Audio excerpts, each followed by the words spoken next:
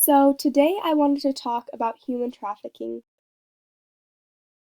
So what is human trafficking?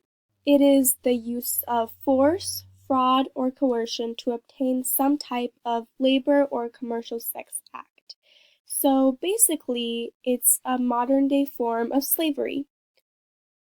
Human trafficking is definitely a global issue. It is the fastest growing global crime. Approximately 1.2 million children are trafficked every single year. Human trafficking is the second largest source of illegal income worldwide, and it is only exceeded by drug trafficking. And at least 20.9 million people are victims of forced labor worldwide, and this is a very conservative number. So, we established that it's a problem on a global scale, but is it really a problem locally in the United States? And yes, it definitely is. In the US, just last year, there were 5,544 cases reported.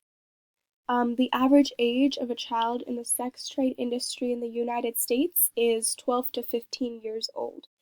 And human trafficking occurred in all 50 states in 2015, which means that there wasn't one state that didn't have a case of reported human trafficking. And these girls that are victims of human trafficking can be sold 10 to 15 times per day, which is one of the reasons that this is such a popular and growing crime. It isn't like drugs, which can only be sold once. These victims, since they can be sold multiple times every single day, they're a revenue that just keeps on giving. So, what can we do about this? And the answer is there's a lot we can do, both on a global scale and also on a local scale. An important thing that we should keep in mind is to become an educated consumer. One of the things we can do is join an organization called the Fashion Revolution. So basically, what this does is it calls upon companies to tell us who's making our clothes and how they're making it.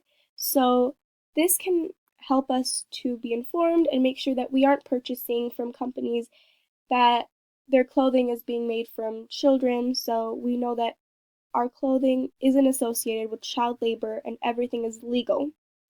Another thing we can do is find out who picks your food and how they are being treated.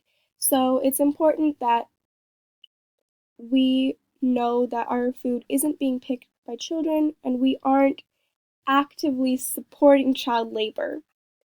We can also look at the Department of Labor's lists of goods and produced by child labor or forced labor. And another thing we can do is encourage companies to step away from child labor. So we can do this by not supporting companies that we know their goods are being produced by labor of children, and we can support companies that are staying away from using child labor as a source to get their products. Another thing that we should be doing is being actively engaged. We should always be educating your you should always be educating yourself and staying up to date on information regarding child trafficking and human trafficking. And by doing this, you can also inform others because the more you know, the more you can help. Another thing you can do that can help on a local scale is to volunteer at the UDVC, which is the Utah Domestic Violence Coalition.